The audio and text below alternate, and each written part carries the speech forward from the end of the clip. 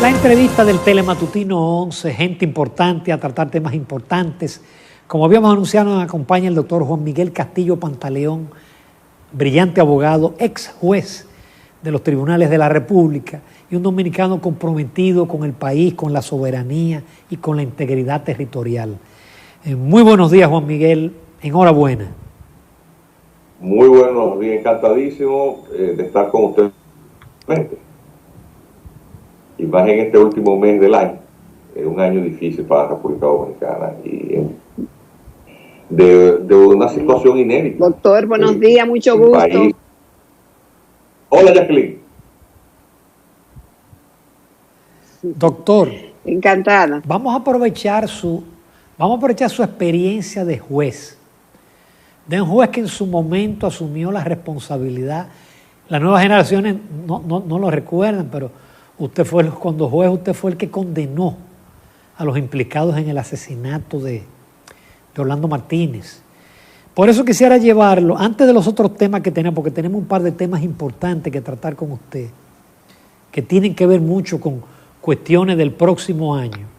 Yo quisiera tratar este caso Antipulpo, su visión, la forma como se ha manejado este proceso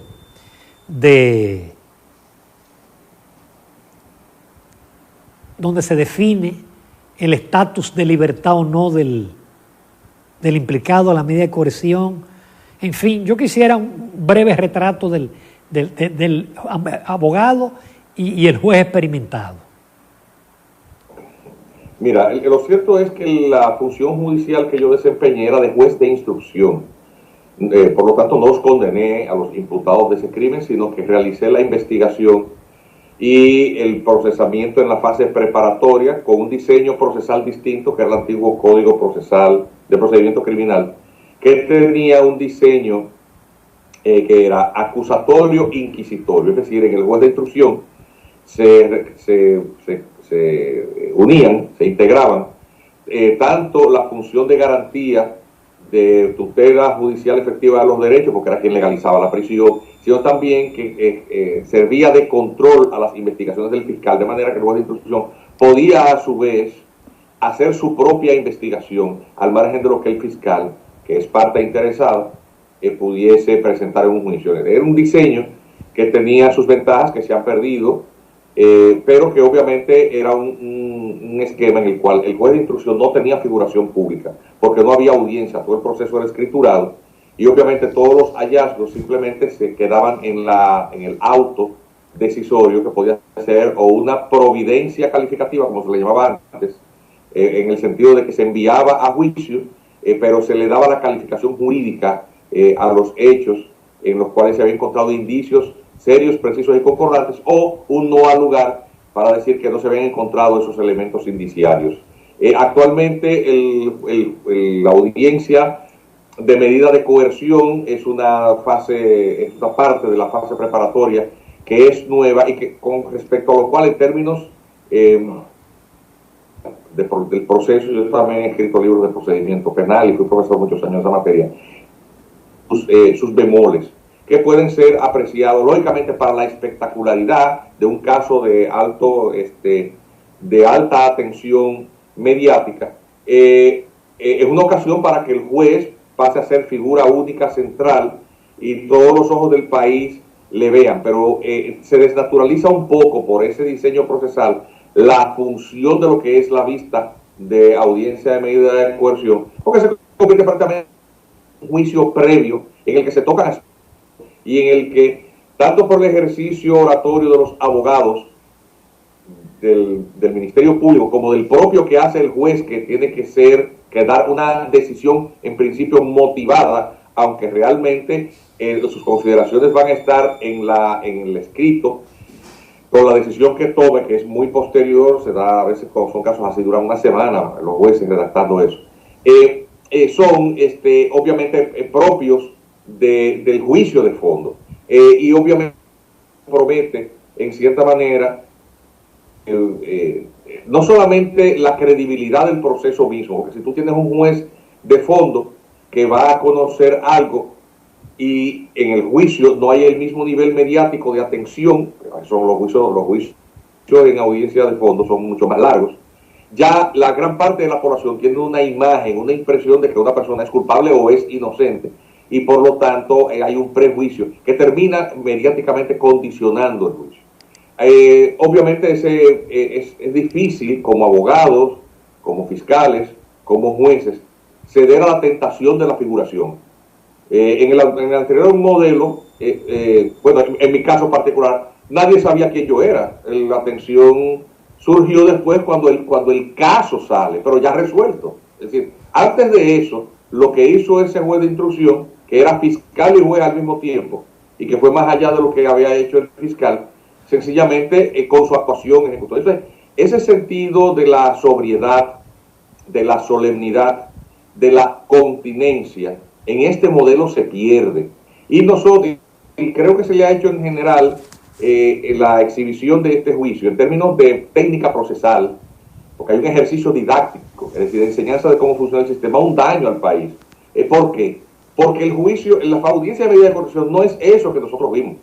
La población lo que vio fue un ejercicio más mediático, que no es procesalmente, el 90% de las cosas que pasaron ahí eran innecesarias, absolutamente. Los abogados hablaron poco de derecho.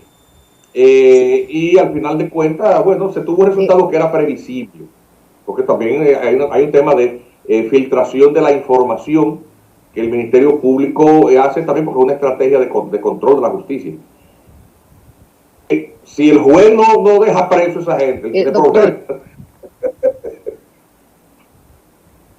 Sí, doctor, el hecho de que este juicio y las actividades que se están haciendo a través del Ministerio Público sean tan mediáticas, eso le quita el proceso y también el endiosamiento, si se quiere, de las figuras principales del Ministerio Público, que aún comienzan los casos y ya la gente le da no solamente el favor y el apoyo, sino cómo esas figuras ahora son figuras de primer orden, de un endiosamiento cuando esto apenas comienza. ¿Esto tendrá sus bemoles?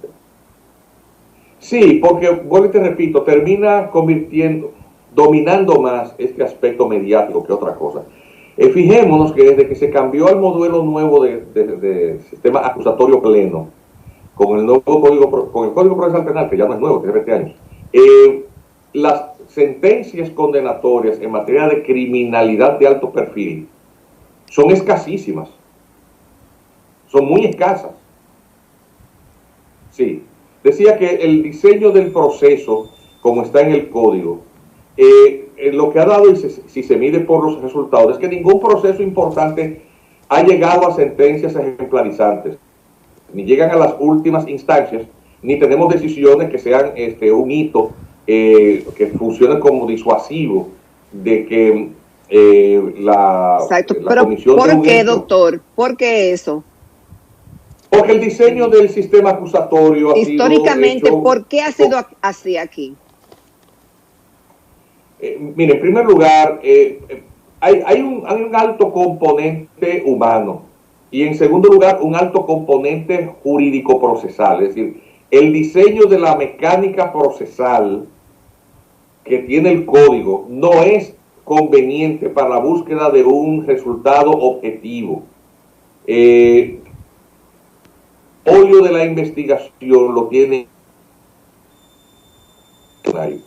A ver, por ejemplo, si tú realizas una investigación en la que te conformas con X, conviertes a X en el objetivo, dejando oculto el gran responsable que está detrás, ¿quién controla eso por parte del Ministerio Público?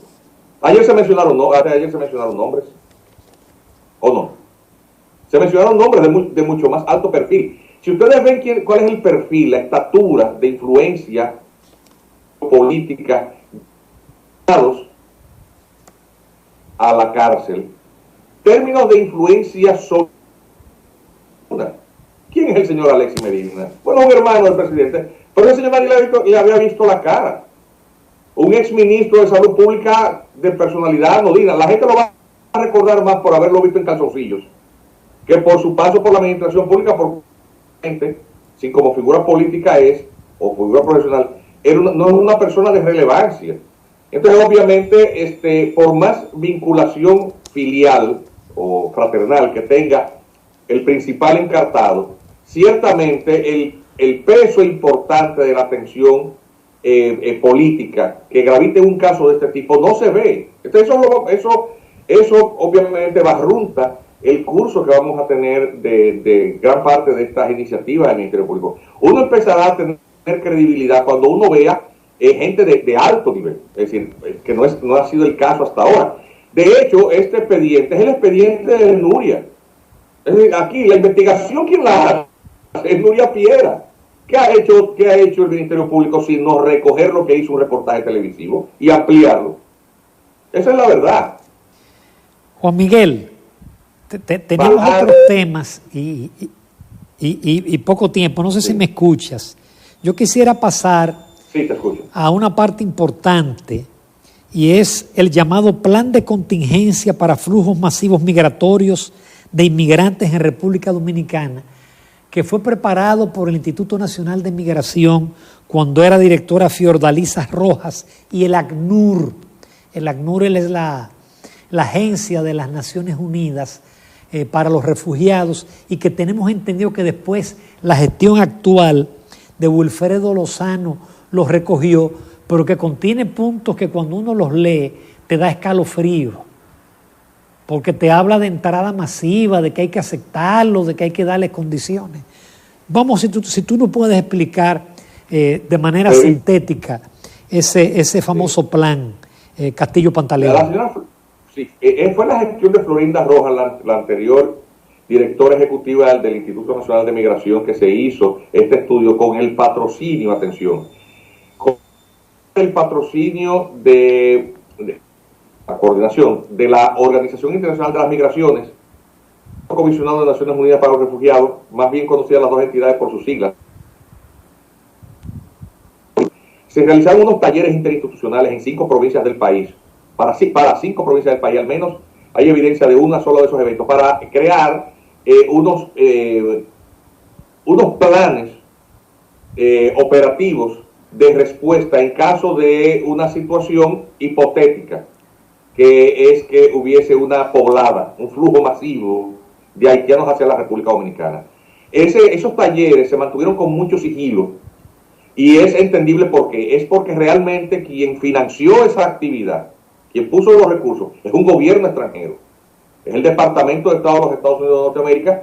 Eso aquí se manejó con un nivel de secretismo absoluto, es decir, ese documento estaba clandestino. Finalmente terminan, eso era para hacer el borrador cero, terminaron de imprimirlo en noviembre del año pasado, exactamente hace un año, y se mantuvo oculto. El Instituto Nacional de Migración es el órgano previsto por la ley para hacer la parte técnica, para hacer estudios sobre las migraciones, que sirven de insumo para la toma de decisiones del Consejo Nacional de Migración. El Consejo Nacional de Migración, también creado por la ley, es el organismo máximo que traza la política migratoria.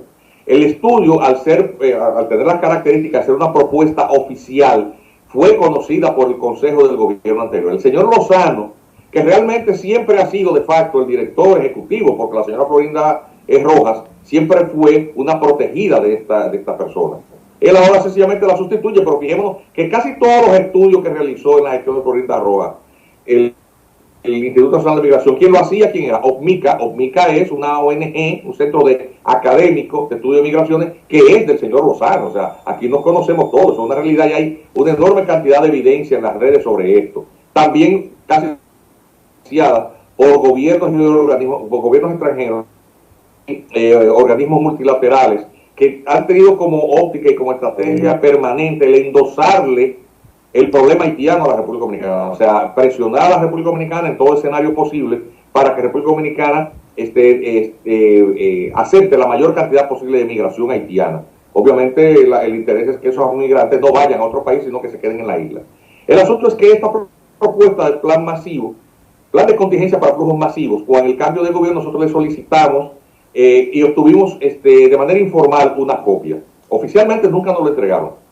De manera informal obtuvimos una copia digital, y lógicamente cuando vimos el documento, lo que hicimos como ciudadanos que fue ponerlo a circular, se lo enviamos a todos los periodistas que conocíamos, a la sociedad, a todo aquel que quisiera ver e interesarse en qué es el contenido de este documento. Y es muy grave, tan grave que compromete seriamente al Estado Dominicano, en tanto que como documento oficial sigue teniendo efectos mientras el Estado Dominicano lo descarte oficialmente o el mismo sea anulado por alguna de las vías de impugnación de su contenido, que es violatorio de la ley y francamente violatorio de la Constitución, en tanto que desconoce potestades, la integridad de la República Dominicana, la integridad territorial, porque lo que nos plantea es un escenario hipotético que evidentemente es para que empiece a operar en los primeros meses del año 2021, para que en los primeros 3 el país pueda aceptar en las 5 provincias fronterizas al menos un campamento de hasta 90.000 haitianos que a priori o de entrada son considerados con este plan como refugiados, adquiriendo de inmediato esta categoría del derecho internacional humanitario, que entonces pasan estos inmigrantes a ser personas vulnerables de acuerdo al derecho internacional humanitario, y el Estado Dominicano está obligado a brindarles protección, que de acuerdo a las convenciones y protocolos de la materia significa que el Estado Dominicano debe garantizarle habitación, es decir, un lugar donde estar, alimentación, cuidados médicos, trabajo. Si no tiene documentación, tiene que proveerse la documentación de identidad,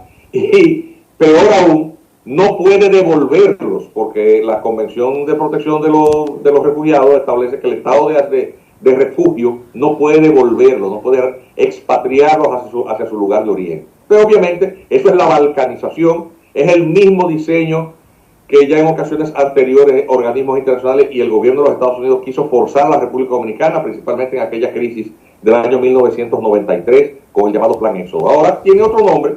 Lo grave es que una entidad estatal del Estado Dominicano, que tiene la condición de ser miembro del Consejo de Migración, cuyo director ejecutivo actúa como secretario de ese Consejo de Migración, haya adoptado este documento, que, como digo, tiene efectos jurídicos comprometedores para la República Dominicana, para la toma de decisiones. Obviamente el documento tiene muchísimas falencias, porque incluso deslegitima de manos de las autoridades del Ministerio del Interior y Policía el control de esa hipotética masiva cantidad de refugiados que ingresarían. E incluso la identidad de esa gente pasa a estar en control de organismos internacionales. Ya está un negocio montado en ese plan. Un negocio con un programa informático de Microsoft, que le dedican 2 de las 33 páginas a hablar de ese programa informático, cuyo control de las identidades y registros y archivos está en Suiza. O sea, cosas absurdas como esas. El Centro de Operaciones de Emergencia pasa a tener potestades migratorias, es decir, sale del espacio normal y natural de la materia migratoria, que es obviamente competencia del Congreso Nacional y del control administrativo de las dependencias del Ministerio de Policía, para pasar a un organismo que es totalmente ajeno a la materia migratoria y que no ha sido diseñado por la ley la ley que lo crea, para bregar con eso. Es decir, el Centro de Operaciones de Emergencia no está para bregar con temas migratorios. Y en general, esa es la intención, crear un escenario de balcanización. El asunto es obviamente muy delicado, porque el gobierno haitiano cesa el próximo 11 de febrero su mandato. Haití, de hecho, el canciller haitiano estuvo aquí tratando de tener contacto con la diáspora, está tratando de forzar una modificación constitucional, no se ponen de acuerdo, la población rechaza esto, el presidente Jovenel Moïse quiere quedarse. Doctor, ¿me escucha, doctor? Sí. Justamente yo quiero referirme en parte a lo que usted decía en el anterior segmento de la visita en el país del canciller haitiano. Hemos visto que este gobierno, al igual que los gobiernos anteriores, han reanudado la famosa comisión bilateral para tratar los temas de ambos países. Pero este canciller hizo unas declaraciones que no se le ha dado la importancia que tiene, pero algunos sí han reaccionado por la forma en que este señor dice que hay que tener una visión y otro discurso diferente de la República Dominicana hacia Haití, y dijo muchas cosas más. También la aparición en algunas de nuestras calles de unas vallas de una nacional haitiana con su niña, con la leyenda que dice que dentro de muy poco viviremos aquí, algo así, en paz y tranquilidad, más de 1 millón de familias, obviamente de familias haitianas. ¿Qué información usted tiene al respecto, doctor, y las declaraciones del canciller haitiano? Mira, lo cierto es que con relación a las declaraciones del canciller haitiano dadas a la prensa extranjera, porque fue la agencia EFE que dio esas declaraciones, obviamente fue una declaración de muy poco tacto, en víspera de reunirse con el presidente del país en el cual se encuentra de visita. Es decir, él es un visitante y se va a reunir con el dueño de la casa. Y por lo tanto, criticar, llamar narrativa negativa a lo dicho por el presidente en una entrevista, porque el periodista de EFE le pregunta al señor canciller por las declaraciones que había dado en un programa televisivo norteamericano en el Woodrow Wilson Center, el presidente Abinader, señalando lo que significaba la permanente crisis haitiana en términos de impacto para la República Dominicana, el tema de las parturientas y lo que le costaba al país la custodia permanente con una tropa desplegada en todo el perímetro de la frontera, que es un costo económico considerable. Y además el nivel de inestabilidad permanente política, de crisis que se está agravando en Haití. No es algo negativo, es una realidad, porque además usted nada más tiene que meterse en internet para ver esto. Los propios haitianos, las principales figuras haitianas se viven refiriendo a esto. Haití está en una crisis. Entonces, cuando el presidente dominicano hace esta referencia, no está haciendo ninguna narrativa negativa. ¿Qué va a decir? Que en Haití las cosas están bien. Entonces, es una frescura, un atrevimiento de parte de este canciller a ver, ha rechazado que se haya tocado algo, porque el canciller, cuando salió de la reunión presidencial, no quiso dar declaraciones. Hay gente que entendía que era que le habían llamado la atención, pero no hay ninguna evidencia de esto. Lo cierto es que se le suma a esta situación inminente que se nos viene encima a pasos acelerados, la presencia de estas vallas que anuncian con un nivel de ambigüedad, pero con unas imágenes que no hacen referencia específica a familias dominicanas, sino obviamente se toman figuras que pueden producir una interpretación equívoca en todo este contexto de ofensiva de los organismos multilaterales. Recordemos que después que hubo el cambio de gobierno, Unión Europea ha financiado con proyectos millonarios programas francamente injerencistas y que pretenden condicionar y controlar de alguna manera las potestades soberanas propias del Estado Dominicano. Está el caso del plan Trato Digno que financia la Unión Europea, mediante el cual ellos son los que pretenden supervisar lo que hace migración, el CESFRON y el resto de las autoridades dominicanas. El Estado Dominicano no puede permitir que una agencia extranjera venga aquí. Doctor, lo que usted ha señalado es sumamente grave, porque es un documento oficial. Es un documento oficial que se llama el Plan de Contingencia para Flujos Masivos Migratorios. Yo leí algunos párrafos, porque usted me envió, decía que es muy grave lo de ese plan de contingencia. Decía que es muy grave ese plan de contingencia, porque si uno lo lee, da la impresión que está preparando el terreno para que cuando explote lo que va a explotar en Haití, aquí se abran las fronteras y recibamos cientos de miles en condición de refugiado, que es una condición privilegiada, como usted señaló, que no puede ser deportado. Mi pregunta, doctor, es que si ese documento oficial no puede ser impugnado ante alguna instancia, qué sé yo, como el Tribunal Constitucional. Mira, el gobierno tiene que enviar un mensaje claro de que desconoce y no se trata de un documento que tiene efecto jurídico, pero por un principio de confianza legítima, todo acto emanado de autoridad pública competente se le presume su legalidad. Por lo tanto, la legalidad de este documento se mantiene mientras no sea o revocado o desconocido por la propia autoridad o impugnada su validez o su invalidez jurídica por ante las instancias judiciales correspondientes. En este caso, como se trata de un acto administrativo, puede ser impugnado por los particulares. En este caso, nosotros como ciudadanos lo vamos a hacer ante la jurisdicción contenciosa administrativa, porque el acto es francamente ilegal e inconstitucional. Y entonces, obviamente, eso permitiría que los ciudadanos tengamos un elemento con el cual exigirle a nuestro gobierno y a las autoridades que acontecida cualquiera de los disparadores, que son permanentes, porque si leíste el documento, basta y sobra con que un grupo de haitianos se digan a la frontera que están huyendo de una situación para que se active el protocolo. Es así que empieza. Y el director general de migración lo que tiene que avisar al director del centro de operaciones de emergencia y ya operó. O sea, a partir de ahí se permite el ingreso de al menos en cada centro de acogida 90.000. Al menos 5 multiplica en menos de 3 meses 500.000 de haitianos.